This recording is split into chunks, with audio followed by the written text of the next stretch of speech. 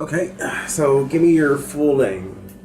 Alfred Edward Weaver. I was born about 50 miles out of Dallas, south, and just out of Cleburne, born on the farm, 1928. And you're how old today? I'm 84. 84. And what are the names of your parents? Nanny Eudora Weaver and William Edward Weaver. Well, my grandfather actually died on my daddy's side. Died first. I don't remember my mother's daddy. He died when she was 11 years old. But her mother, Granny Dean, I must have been 4 or 5 years old when she died. She died of a heart attack. On my daddy's side, my grandfather, Grandpa Weaver, I think he was about 74 when he died. And then my granny, she lived after him about 5 years, I think, when she died. My daddy died. I was actually holding his hand when he died in the hospital. How old were you? How old were you? How old was I? I'm 24. Dad was 75. Dad was born in 1897. Mother was born in 1900. Mother died in 1987, so she was 87 years old when she died. Dad died in 1974. And he must have been about 76 or something like that. And what about your siblings? What about your siblings? Who have you lost? My siblings, my oldest brother, Henry, I forget the year he died. He had some cancer in his lungs.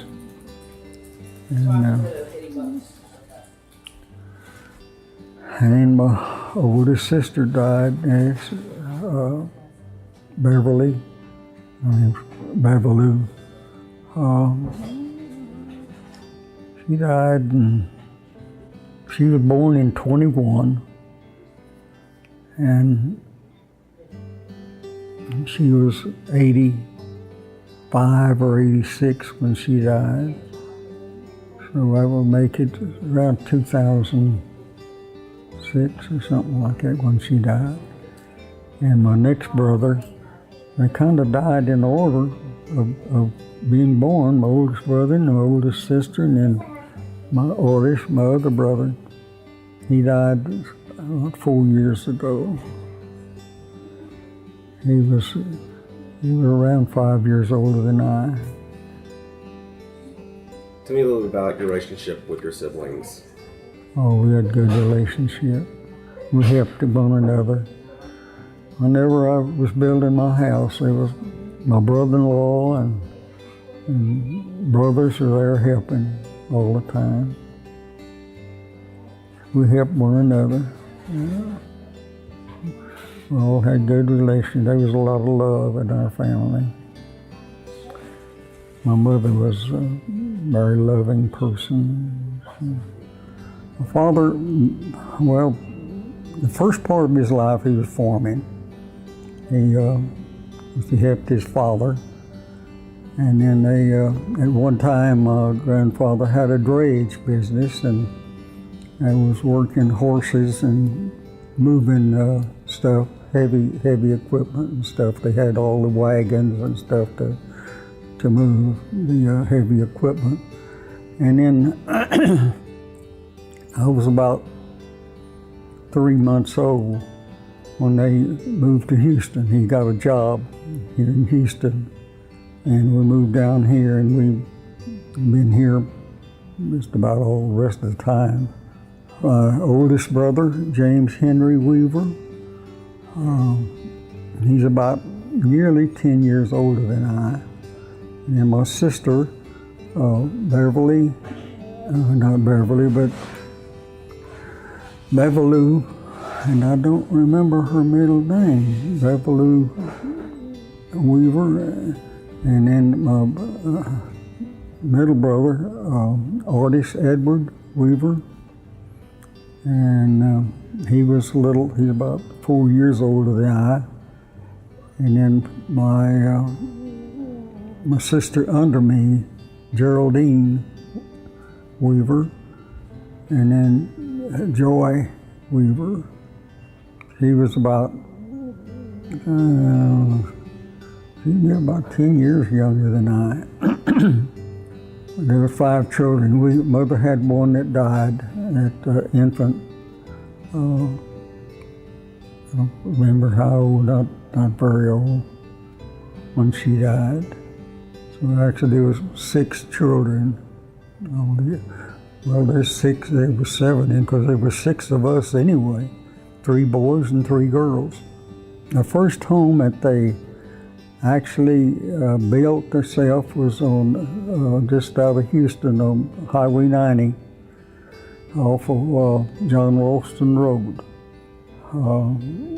Daddy bought 3 acres out here in this subdivision, and they built a small house, started, and as they got the money, of course, they built on, and ended up with a pretty good sized house.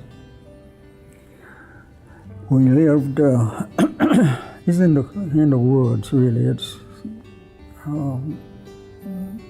my time as a child was playing in the woods. And Mother never did know where I was. I was constantly gone. We lived probably a mile from a bayou. And at that time it was Greens Bayou, and at that time it was clean. I mean, there wasn't anything in it, and there was a swimming pool down there. There was a hole, and all the guys that I knew, I lived the closest to the swimming hole. To go to it, they had to come by my house. So naturally, whoever come by, I would go with them. So we had a very good time down there. The first school I went to, in very first grade, Dad had bought in one of the first federally sponsored subdivisions in Houston. We call it Houston Gardens, and Dad put in for it. They picked the people that got into it. We had a nice 5-bedroom home. It was already built, and I think it was 4 or 5 acres of land. And the first school I went to, my name was Alfred, but I never did know Alfred. It was always Boots. And the reason it was Boots, my grandmother, my daddy's mother, knitted me a pair of little booties when I was little, and I keep kicking them off, so she'd say, "Oh, Boots, keep your boots on." So it was Boots ever since, always been Boots. So when they took me to school that first morning, they said, "Now look," said, "your name is Alfred, it's not Boots, that's a nickname. So when they ask you what your name is, you tell them." Well, first thing, they asked me what my name is Boots. That's all I'd ever known. The next place was a place on Jensen Drive, and it was about, probably half a mile, maybe a little further to the school. We had to walk, and I was country boy, and I never did like shoes.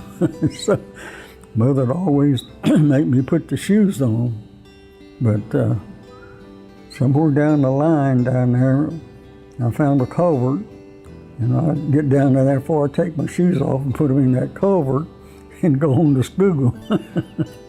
When I come back from school, I'd pick up my shoes and come home.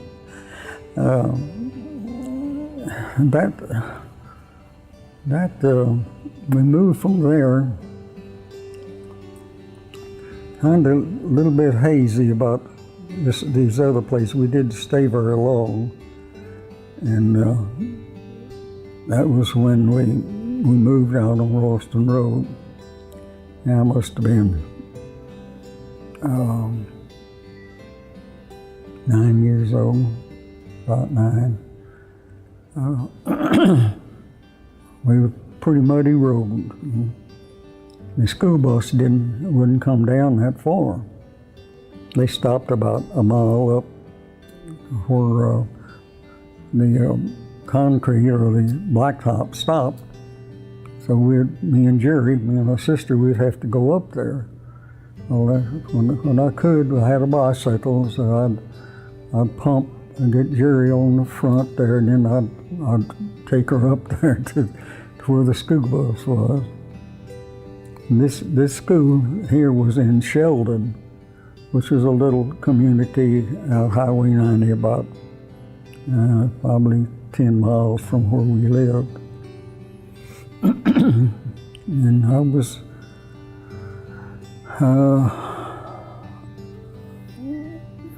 I'll be in the 4th grade when we moved out there. At that time, the school had half grades. They would you'd have like the 4th, and then the 4.5. And when I moved out there, I was different than what they had. So they had either put me back a half a grade or put me up a half a grade. So they decided to put me up a half a grade, which I made it okay. And then from Sheldon, we had to be bused into town. I went to Jeff Davis High School. They bused us up there. I was a swimmer. I swam. We had a swimming team. We took city in swimming that year, and then we went to state and swam up, and I think we come out third place. Our school did in state. But I liked football, but in football you had to stay after school and practice, and I was riding a bus. I couldn't. Nobody to come pick me up. I couldn't stay after school, so I couldn't play football. I did try to play tennis, but same there. You had to practice and stuff, and I couldn't do it. One of the things I remember, mother had, at that time you had a washing machine, but the washing machine was with a built-in wringer. I mean, you had a wringer. It wasn't automatic. You had to put it in there, and it did rotate and wash them, but then you had to put them up and put them through a wringer. And she had two rinse tubs there, and at that time we didn't have a well. My uncle down about 400 or 500 yards from us had a well, so it left it to me to carry the water for Mother to wash in buckets. And but she always made use of her water. When she'd get through washing the clothes, which was always on Thursday, she always scrubbed the floors with what the water was, and she used to rinse the clothes with. he didn't waste anything. So after high school, then what happened? This was right at the close to the end of the war. Which war was that? World War II. And the war wasn't over, it was just coming to an end. But I got Mom and Dad to sign for me to go into the ATC, the Army Transport Command. That was the Army's Navy. They had a bunch of ships the Army did themselves for transporting the troops and stuff. And I got into that and went to New Orleans and was training there.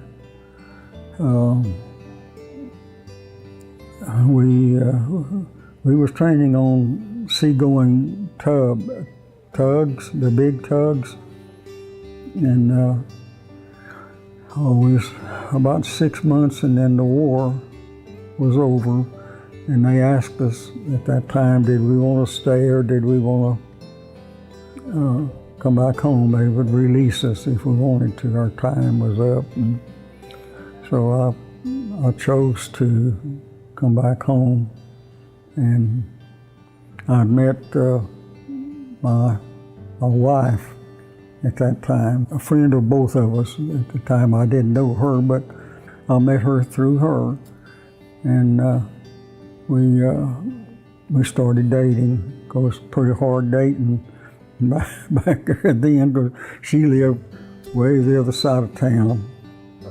The only way I could go see her was to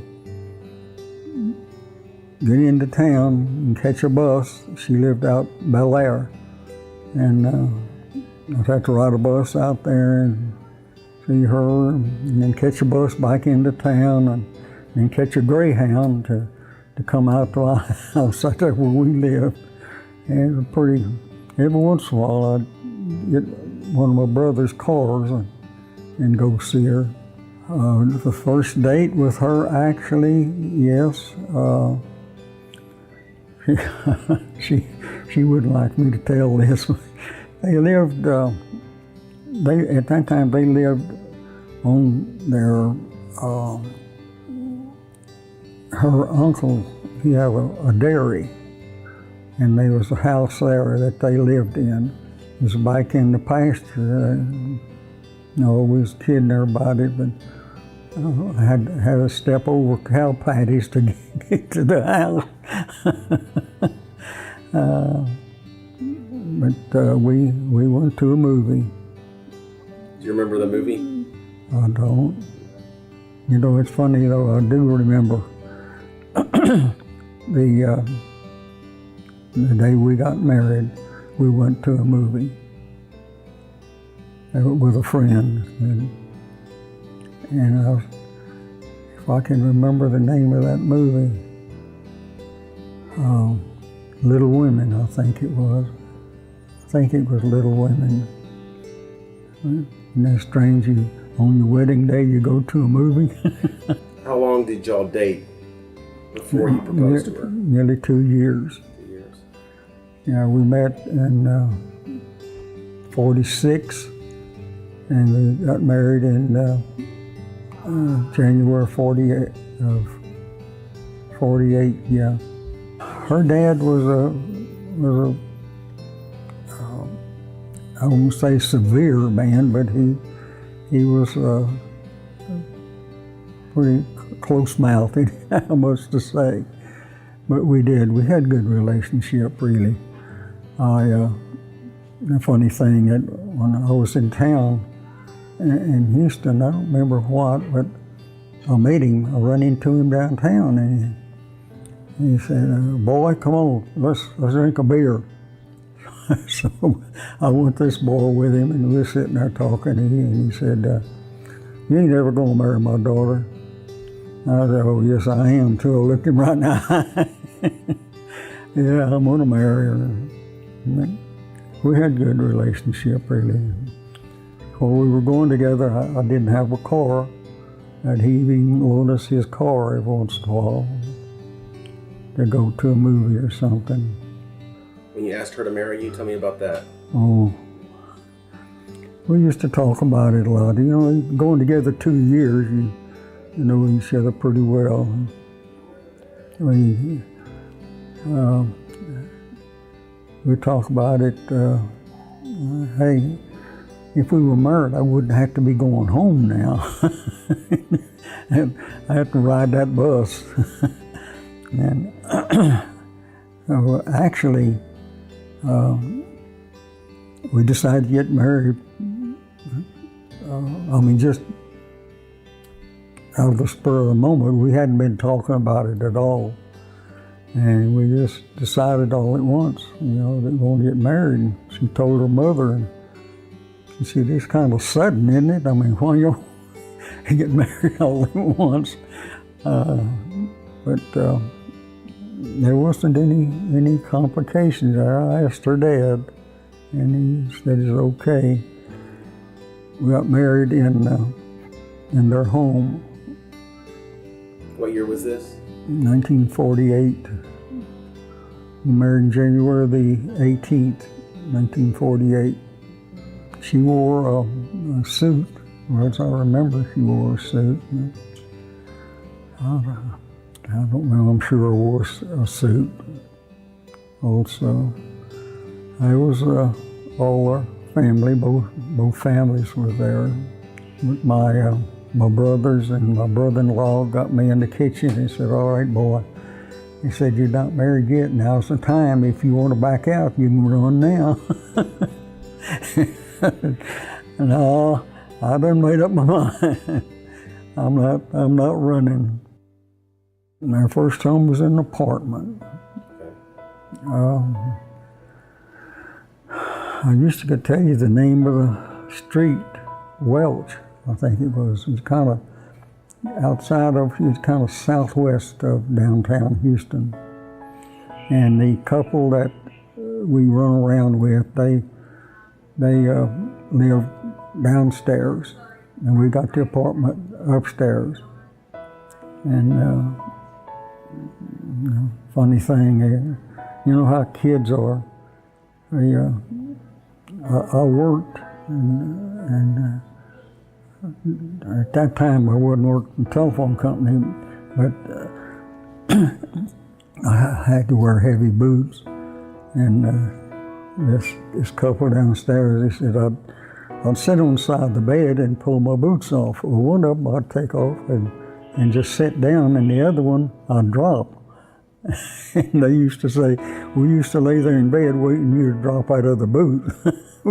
We wonder if you went to bed with your boots on.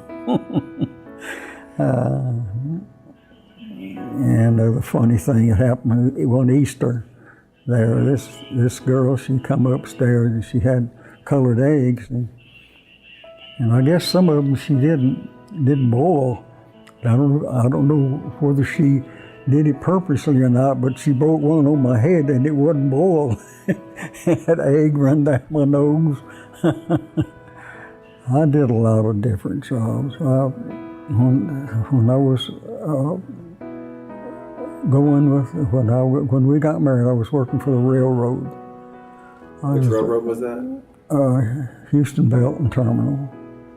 They didn't. I was what we call a switchman. We would. This railroad just worked with the other railroads. They'd bring them in and put them on a long track coming in from other towns, and then we would switch them around and make up a train going to a certain place, because they'd come in all mixed up, and some of them would go one part of town, some of them the other. So we'd make up a train, and then we'd take it out to. A lot of our work was on the ship channel. We'd take them out there and for the different companies out there.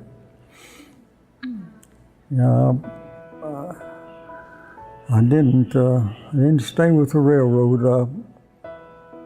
One of my friends was working for the telephone company at that time.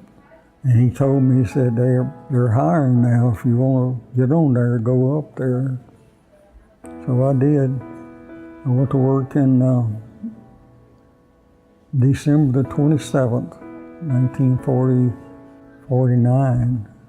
Yeah, December the 7th, December 27th, 1949. What company was this? Southwestern Bell. Yeah. That time all the Bell companies were separate. There was 7 different Bell companies that was under AT&T at that time. What was your primary position? I was also a switchman there. I worked in central office, downtown Capitol and San Jacinto. I worked there about 11 years. I worked up there. And then I wanted to get closer to home, so I bid on the job. They had jobs that come up, they'd list them, and you could bid on them, and according to seniority, whether you'd get it or not. So I bid on a job out closer to our home. That way I didn't have to catch a bus in. I stayed on that job. That was in central office, and then I bid on a outside job putting in different PBX equipment, private branch exchange, where you put all the different phones in a company. I did that the rest of my time. I had 32 years with Southwestern Bell, and 11 of it I worked in the central office, and the rest of it I worked outside. Our first child was born, Gretchen was born. We were living in a house, a big house with upstairs, and the same couple that we were with in the apartment. They had the upstairs and we had the downstairs. There was another house in between that we lived in, but during that time I had bought, well, even before we got married, I bought a half acre, a house off on Pandora, back on the east side of town. And we were in the process of building a place there. And on Pandora, there's where all our kids, actually besides Gretchen, was born. We lived there around 30 years. We've lived here about 32 years. Tell me a little bit about each child individually. Gretchen was very nosy. she had full of questions. I mean, she'd follow Dayla around. Why are you doing this, Mama? What's that for? I mean, she just nosy as she could be. She had to know everything. Michael Edward. Mike was a sensitive child, really. He wouldn't kind of mix in with the kids. He'd hang back, and as they get to playing, then he'd finally mix in with them. But he was more standoffish than the rest of them. And then Pamela Gay, she was very outgoing in school. She was a cheerleader and all kinds of stuff she was messed up in. And Dayla Ann,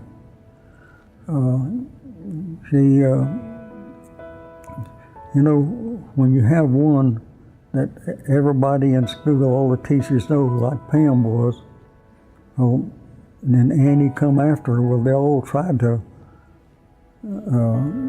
put her up, thinking she ought to be exactly like Pam. Well, that don't happen. You're just different kids, and she was just a different child. She never did, well, I don't think she ever got into cheerleading or anything. She was in different clubs and stuff, yeah. So is there any specific reasons for each name? Michael Edward, of course, Edward was after me. And Gretchen Lynn I don't know, we just like Gretchen. And I think Daly wanted to put Lynn in it.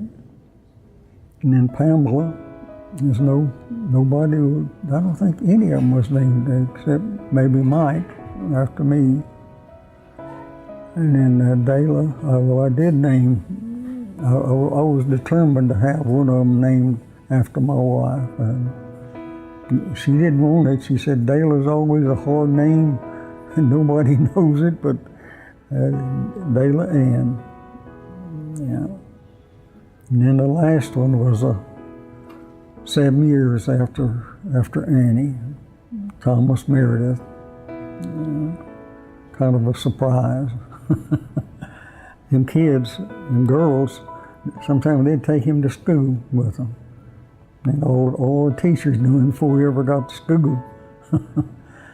But they kind of carried him around on a feather pillow. He pretty well spoiled, really. He was a good boy, though, to be, so late in life like that. He's a good boy. I couldn't wait to have kids. I love little kids. Used to, after the kids were growing up, there was a couple down the street from us that had a little girl. We were real, the whole neighborhood knew each other at that time. It'd be there 30 years, you know everybody. Well, I didn't have any grandkids at that time, so I'd go to the store, I'd stop out in front, honk a horn, and this little girl come to the window and look, and I'd see her turn around and look, okay, Mama, and here she'd come out there and ride with me to the store and come back. Our kids was our life. We never thought about going anywhere without our children. Every year we would take a vacation, and we had like first time we went, we had a tent, and we all slept in the tent where we went. We'd go up different lakes and stuff in Texas. Sometimes we'd go to Colorado. And then we got from tents to a pop-up trailer. We had a lot of good times in it. But we spent our time with our children. We didn't, the only time that I went off without them was when I went hunting. I'd go hunting in the fall, go up to Colorado with a bunch of guys. We used to, we'd have a deer lease, and the kids would go with us. Where was that at? We had a place for about 11 years up out of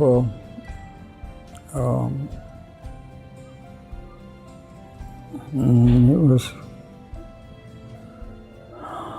Hunt, Texas, out of Hunt, Texas. It was back up Guadalupe River. We had to go up the Guadalupe River for about 8 miles, and then we'd cut over and had to go through 7 different gates to get back into where we hunted. But we had a little, wasn't much, little house that we stayed in. But all the kids always went with us. The girls wasn't much of hunting. They'd stay at the house there for a little place where we had, and me and Dayla would go hunting. Of course, Tim was brought up hunting. Dayla used to take him to the stand, wrapped up when he was little in a blanket, and he'd lay on the floor in that blanket while she hunted. He brought up in a deer stand. Did the girls like to hunt? Gretchen a little bit. They didn't seem to care for it. My best memories in hunting was when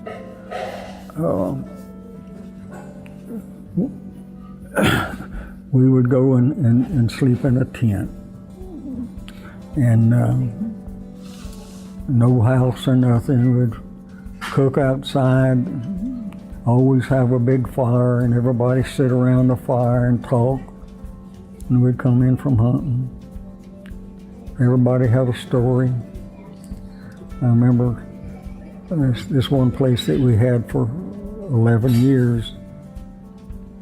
Dayla learned to hunt. And we had a bunch of guys that always telling you how to hunt, you know, good guys, and they was telling her. So she got up this tree, and this big buck, nice buck, on that, and I always told her, now you got to watch. You shoot them and go down. Sometimes they get up and run off.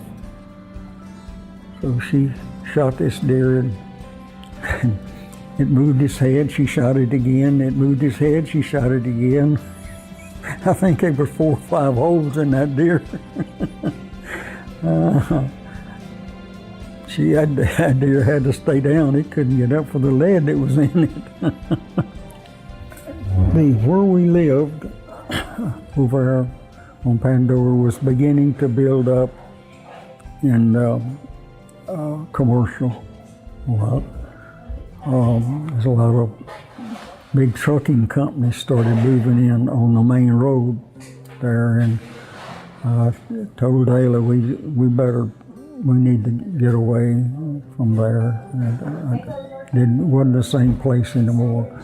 I lived there 30 years, and so one time my in-laws moved up in the country out of Bryan rather, and we were up there to see them, and we was coming back, and I told her brother lived not far from here, out of Magnolia.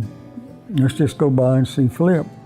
So we come by and we got talking, and we was telling him, we want to buy a place. He said, well, there's a place here for sale. Let's go look.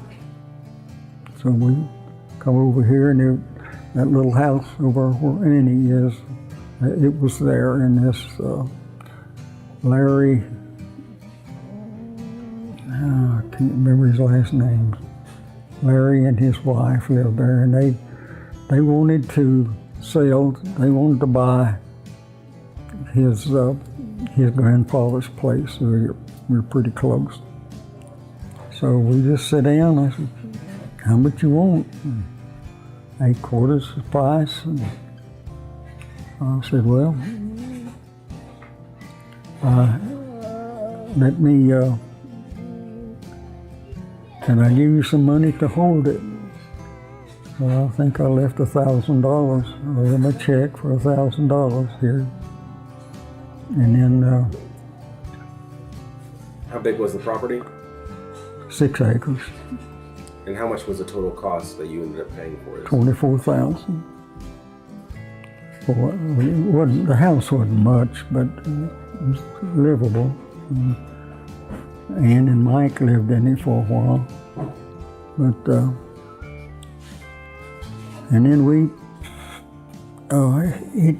he wasn't completely paid for. He owed a family out here, Bayette family, that owned about 400 acres in here. And he had bought this from one of the brothers. And he still owed him some money. I think he still owed him about $11,000. So I just took up that note and paid him the rest of it. I borrowed some money from the credit union. So the street was named after the family that originally owned the property? Mm-hmm. Wow, I didn't know that. Yeah. In fact, the iron ore from up where Bill's property is, just next to me, the road stopped there. And so they picked up and built a road, this Bayette family did. And they got the iron ore off of this property. They scraped the topsoil off and took the iron ore. Iron ore was probably about that thick, and then made the road through there. Mike found this house. It was up around in the Heights. Oh, I'm sorry. Yeah, it was up in the Heights area. No, it wasn't. Let me get it straight. The house that Mike and him was in, and it come from up there, but this one come from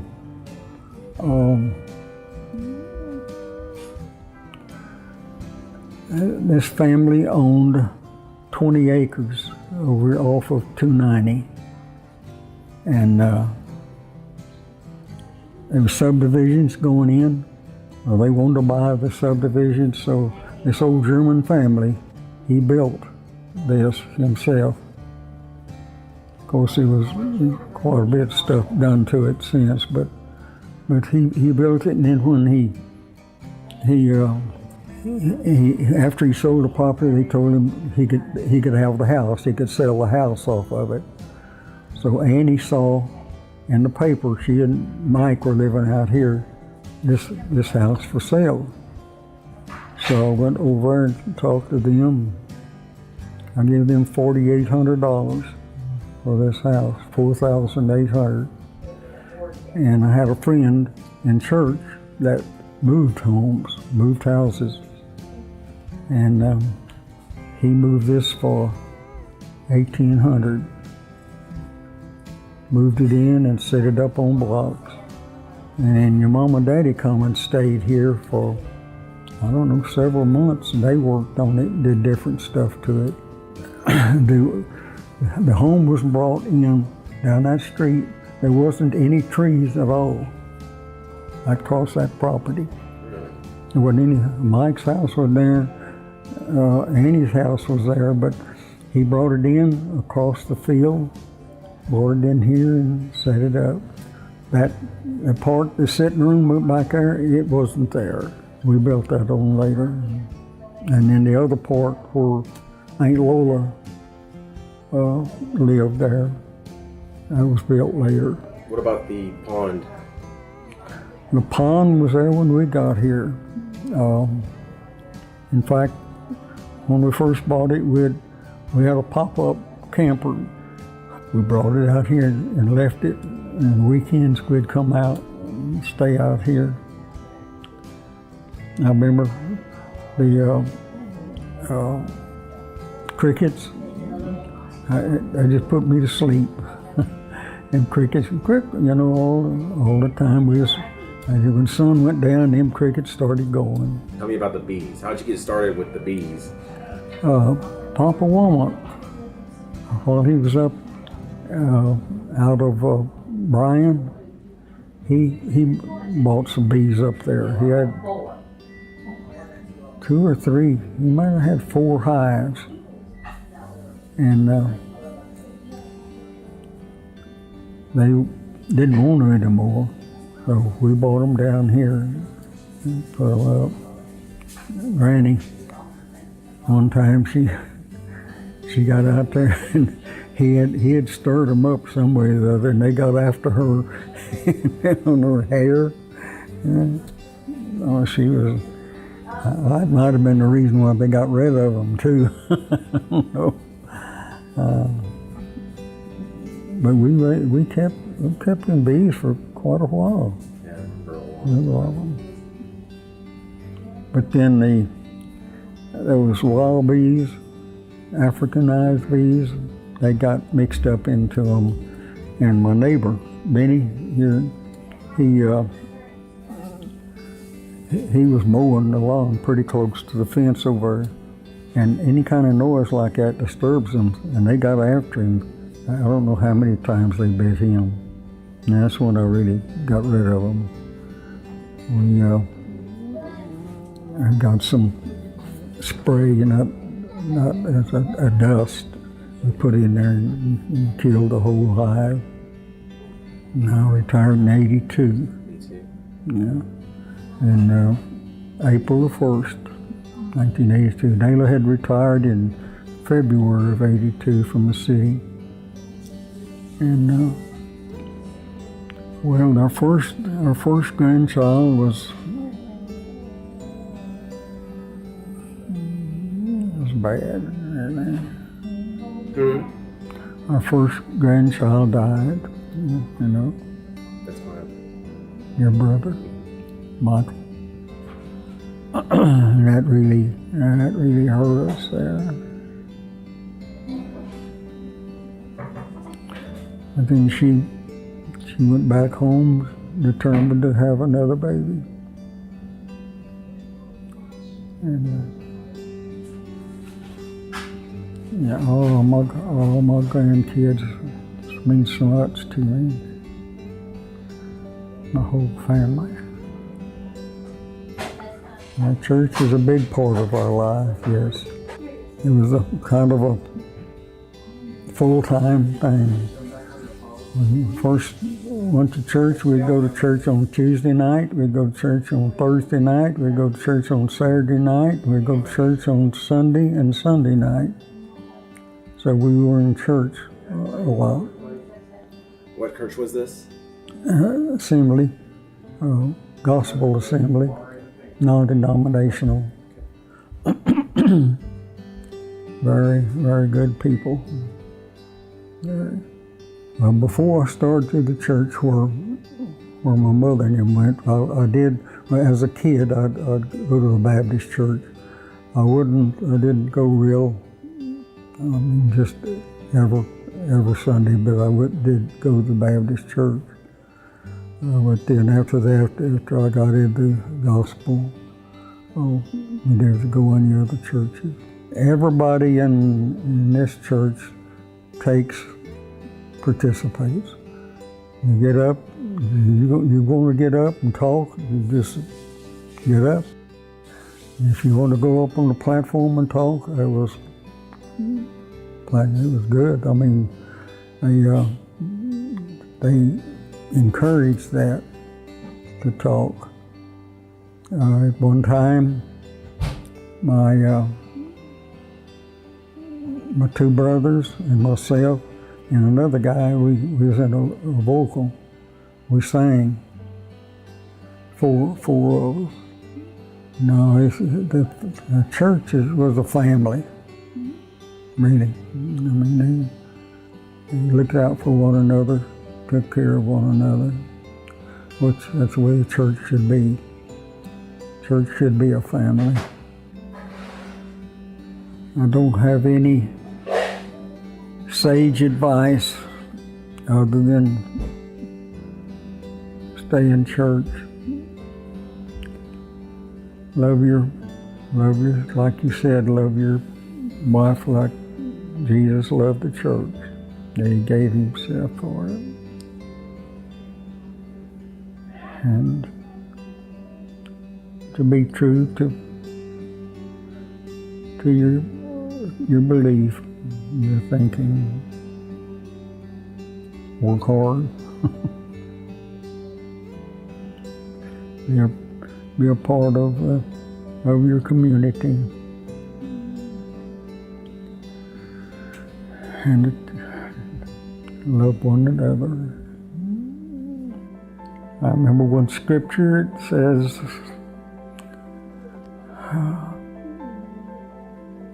it's not he that willeth, nor he that runneth, but he that God shows mercy on. And we've been shown mercy.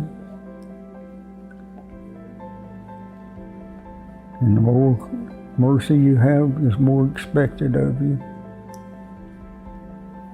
I'll be 65 years in January the 18th. Well, like I've always said, that God picked my mate.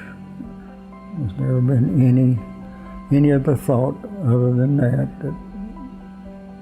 we've had a wonderful relationship. There's never been any problems. Never went to bed mad. Always resolved our differences, if there was any. Just I just got a good woman. I asked her the other night, are you afraid to die? No, I'm not afraid to die. I'm set with my Lord. So that's what we both feel. There's no fear. Yeah, he's been so good. There's a little song that we used to sing. My voice is not, since I can't hear it, I can't really keep a tune good, but I am blessed. I am blessed. Every day that I live, I am blessed. When I wake up in the morning and I lay my head to rest, I am blessed. That's the way I feel.